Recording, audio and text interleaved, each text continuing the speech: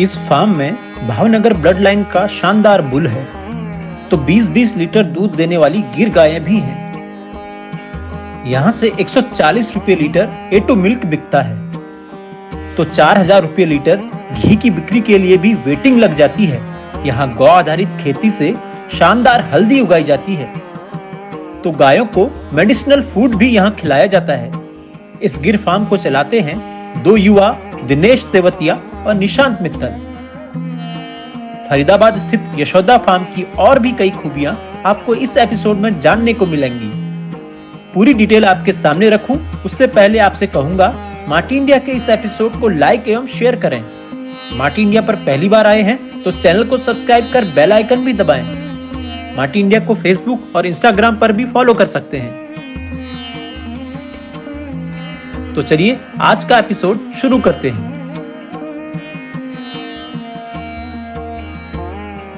जय गौ माता, जय गोपाल। दोस्तों, आज दिल्ली के पास फरीदाबाद में हूँ और यहाँ पर दो दोस्त निशांत और दिनेश गिर गाय पर काम कर रहे हैं और बहुत ही शानदार काम कर रहे हैं। और यहाँ दिल्ली में, फरीदाबाद में, गुड़गांव में लोगों को प्योर A2 मिल्क गिर गाय का दे रहे हैं। तो ये कैसे गौपालन करते हैं, कैसे इन्होंने इसको फिजिबल मॉडल पर तब्दील किया है और क्या इनकी फ्यूचर प्लानिंग है, इन सारे विषयों पर मैं इनसे बात करूंगा। तो आपको सीधे उनसे मिलाता हूँ, चलिए।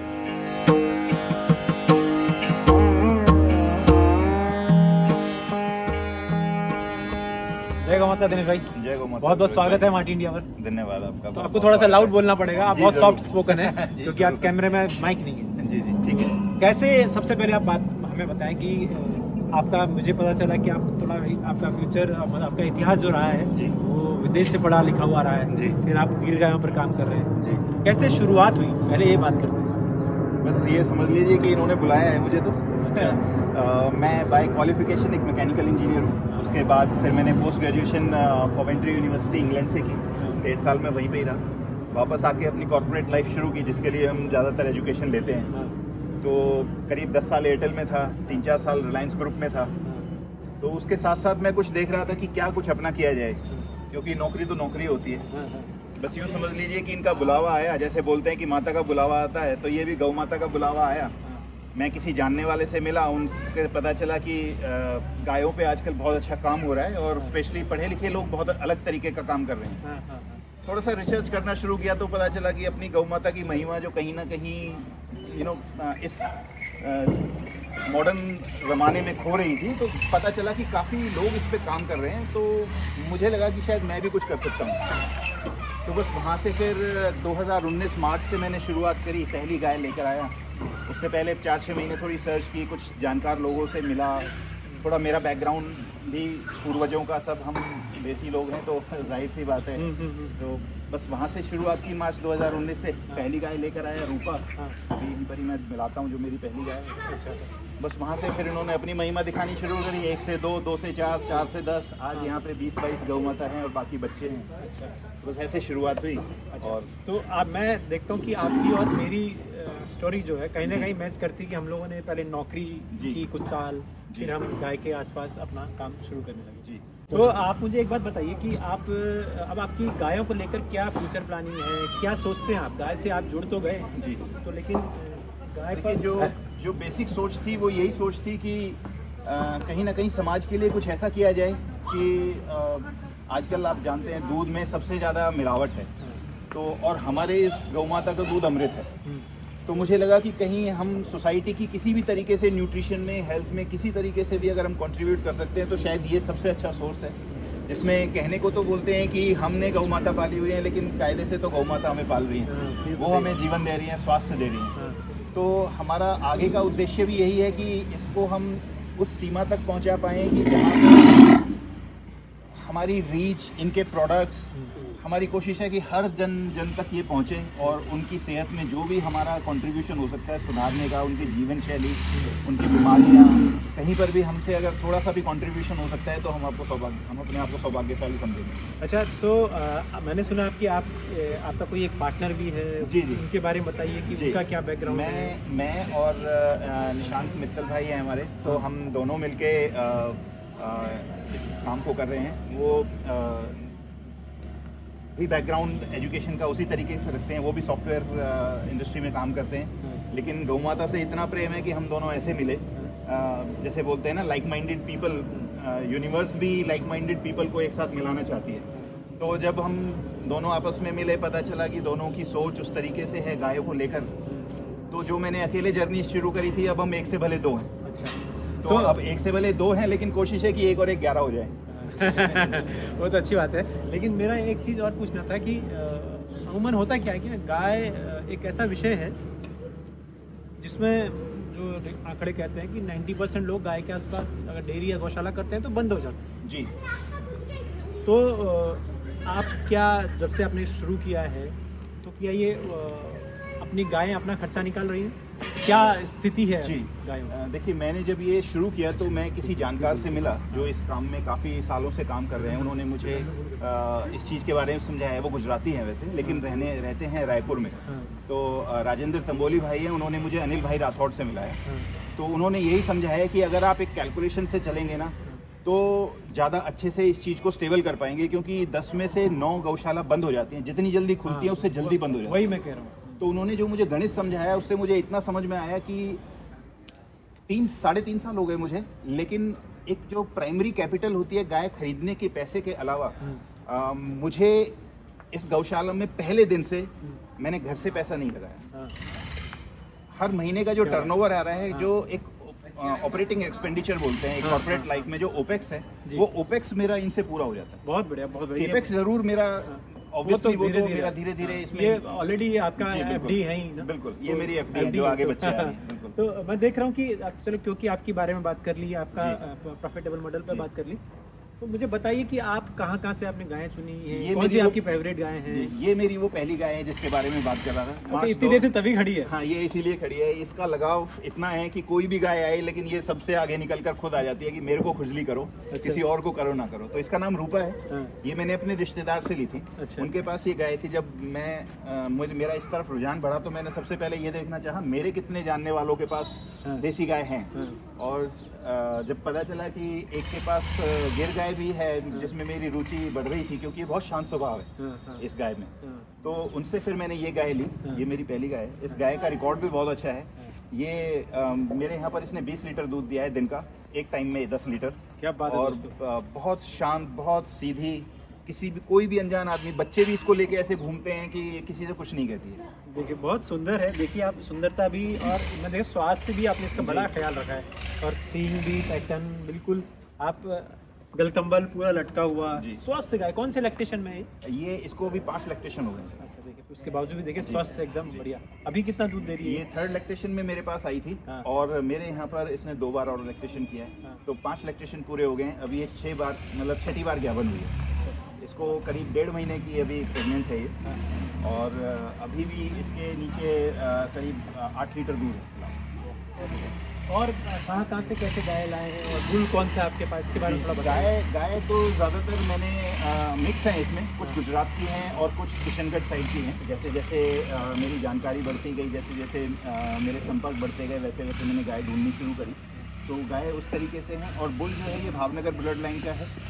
प्रदीप बापू का बुल है, बुल नंबर 212। Bull number 212। इनके कान पे प्रदीप बापू टैटू करके रखते हैं। तो उस 212 से इसकी पेडिग्री पता चलती है। इसकी माँ चंद्रिका और इसके पिता का नाम प्रिंस है। तो ये प्रदीप बापू के रिकॉर्ड में बाकायदा मेंशन्ड है। तो बहुत स्वस्थ है, 8 साल का बुल है, लेकिन बहुत अच्छी मेटिंग की अभी भी इसकी कैपेसिटी है, और बहुत शांत स्वभाव है। सिर्फ मेटिंग के टाइम पे इसको अकेला छोड़ना होता है, बाकी इसके साथ बिल्कुल कैसे भी इसकी खुजली करो, इसके साथ आगे पीछे जाओ, बहुत शांत है। लीलड़ी मेरी बहुत पसंद है। ये मेरी गाय के साथ आई थी। जब मैंने गाय खरीदी थी तो ब्याई हुई गाय के साथ आई थी ये। अच्छा, ये छोटी सी बच्ची थी, बिल्कुल बहुत सुंदर। अभी भी आप देखेंगे तो बहुत सीधी गाय है। ये 1st लैक्टेशन में है अभी ब्याई है। अच्छा, तो इसका बछड़े का आप कुछ बता रहे थे कि पहले इसको हाँ, क्या हुआ था इसका क्या हुआ कि या तो ऐसा लगा लीजिए कि शायद हमने इसका खान पान का बहुत ज़्यादा ध्यान रखा, हाँ। तो अंदर ही अंदर इसके बछड़े का साइज इतना बढ़ गया था हाँ। कि फर्स्ट लैक्टेशन में इसको डिलीवरी के टाइम पे थोड़ी दिक्कत आनी शुरू हुई, क्योंकि एक तो फर्स्ट डिलीवरी है, हाँ। तो डेफिनेटली इसका भी वो फर्स्ट एक्सपीरियंस था। हाँ। लेकिन बच्चे का साइज इतना ओवरग्रोन बच्चा था वो, हाँ। कि वो इतनी आसानी से आया नहीं। तो मतलब ये है कि इस गाय की भी कैपेसिटी लगाई है कि जो ये खा रही है वो सिर्फ अपने तक नहीं रख रही है, ऐसा बहुत माना जाता है कि वो अपने बच्चे तक भी पहुंचा रही है। हाँ। तो उस हिसाब से देखते हैं तो एक प्रॉपर माँ होने का जो फर्ज था, हाँ। ये इसने पहली लैक्टेशन में ही शुरू से ही सीख लिया था। सीख लिया। तो वो बच्चा नहीं रहा। हाँ, बच्चा somehow चला तो अब कुदरत की देन है कि वो बड़ा इतना था कि हम उसको बचा नहीं पाए, और डिलीवरी के टाइम पे उसने अपना दम ज़्यादा नहीं रखा। तो ये अभी दूध दे रही हाँ, अभी दूध दे रही है। बहुत सीधी गाय है, सिर्फ इसके नीचे बैठते हैं और इसके थन को साफ करते हैं, ये अपने आप दूध नीचे सारा उतार देती है और बड़े प्यार से। कितना दे रही है अभी? कितना? ये अभी मुझे दिन का 10 लीटर दूध दे, बिना बच्चे। ये इन गायों की मिलनसारता है, बिल्कुल नहीं हमें अकेला नहीं छोड़ेंगी, छोड़ रही है। बिल्कुल नहीं छोड़ेंगी। आप एक बार बस इनके बाड़े में अंदर आ जाइए हाँ। और आपको ऐसा लगेगा कि किस गाय को प्यार करें, किसको छोड़ें, और कोई जो जबरदस्ती होती है वो तो करवा लेती है। अच्छा, तो आप इनको क्या खिलाते पिलाते हैं? चारे सूखे में क्या होता है, हरे में क्या होता है, औषधि क्या होता है, दाना जी। क्या होता है, ये बताइए जरा। हरे चारे में तो जो भी सीजनल आता है, जैसे अभी ज्वार का टाइम गया था, हाँ। तो अभी पूरा ज्वार चल रहा है, और हाँ। अभी ज्वार के साथ थोड़ा थोड़ा गन्ने की कुट्टी भी आ जाती है। हाँ। अब सर्दियों का टाइम शुरू हुआ है, तो अब बरसम और जई शुरू हो जाएगी। हाँ। वो हमारा हरे चारे में रहता है, दोनों टाइम का इनका। हाँ। और जो बात दाने की है, दाने में हम इनको बिनौले की खल, चने की चूरी, छिलका, चने का छिलका, चोकर, ये सारी चीज़ हम देते हैं। दलिया बनाते हैं, दलिए में गेहूं भी है, सोयाबीन भी है, बाजरा भी है, जौ भी है, मक्का भी है, सब चीज़ों का मिश्रण करके इनको दलिया बनाकर देते हैं, पकाकर। और जितना हो सकता है हफ्ते में इनको अश्वगंधा, शतावर, जीवंती, इन सब की डोज दी जाती है। जो गाय हीट में आने का टाइम है, उसको हम सफ़ेद मूसली भी देते हैं, ताकि उसकी इम्यूनिटी और हीट में आने का बराबर पैटर्न बना रहे। बहुत बढ़िया, बहुत बढ़िया। मैं देख रहा हूँ कुछ आपके पास मोरिंगा के पेड़ भी लगे हैं, तो मोरिंगा भी खिलाते हैं? जी, मोरिंगा भी खिलाते हैं रेगुलरली। जैसे इनको एक नेचुरल प्रोटीन की ज़रूरत है। मोरिंगा का बोला जाता है कि उसमें बहुत औषधि है पेट के मिरेकल ट्री है लिए, वो। मिरेकल ट्री है वो। हाँ। तो वो हम पूरी कोशिश रहती है कि इनको नीम खिलाया जाए, नेचुरल डिवॉर्मिंग की जाए, और मोरिंगा खिलाया जाए, सारे जितना हमसे बन सकता है। तो दोस्तों, ये दिनेश जी हैं, और मिल्क का बहुत अच्छा प्रोडक्शन कर रहे हैं, घी का बहुत अच्छा प्रोडक्शन कर रहे हैं, और सबसे अच्छी बात है कि ये इनका खान पान अच्छा रखते हैं, तो उनसे जो दूध और घी मिलता है वो बहुत उच्च क्वालिटी का होता है। इतना बता रहे हैं, मेडिसिनल चीज़ें खिलाते हैं और हेल्दी चीज़ें खिलाते हैं। तो दूध आपका क्या मार्केट में किस रेट जाता है? घी आप किस रेट में बेचते हैं? जी, दूध हम यहाँ पर फरीदाबाद और साउथ दिल्ली की मार्केट को केटर करते हैं। बहुत जल्दी हम गुड़गांव में स्टार्ट कर देंगे। तो अभी फरीदाबाद में हमारा करीब 130 रुपये लीटर जाता है, और साउथ दिल्ली में हम 150 से 160 रुपये लीटर बेचते हैं, क्योंकि उसमें ऑब्वियसली कॉस्ट ऐड हो जाता है। जी, और ये हमारा दूध का रेट है। हमारे यहाँ शुद्ध बिलोना पद्धति से बना हुआ घी 4000 रुपये लीटर मिलता है। एक लीटर दूध, मतलब 1 लीटर घी बनाने के लिए 25 लीटर दूध लग जाता है। तो उस हिसाब से अगर हम कॉस्टिंग जैसे देखिए, मोरिंगा कितने प्यार से, शौक से, चाव से खा रही है सारी की सारी। ऐसे पूरे के पूरे मोरिंगा ट्री को हम डेली इनको खिलाने की कोशिश करते हैं, ताकि। तो देखिए, मोरिंगा की कई खूबियाँ हैं, कई प्रकार के इसके औषधि गुण हैं, जो गाय खाती हैं, फिर वो दूध में मिलता है, फिर वो घी में मिलता है। और जब ऐसी गौशालाओं में गायें रहती हैं, तो वो ऑब्वियसली बहुत लंबे नेचुरल ग्रेजिंग में नहीं जा पाती हैं, तो उनको ये खिलाना ही औषधि होता है हमेशा। और फिर ये गुण वाली दूध आप पीते हैं, तो वो ताकत आप में भी आती है। तो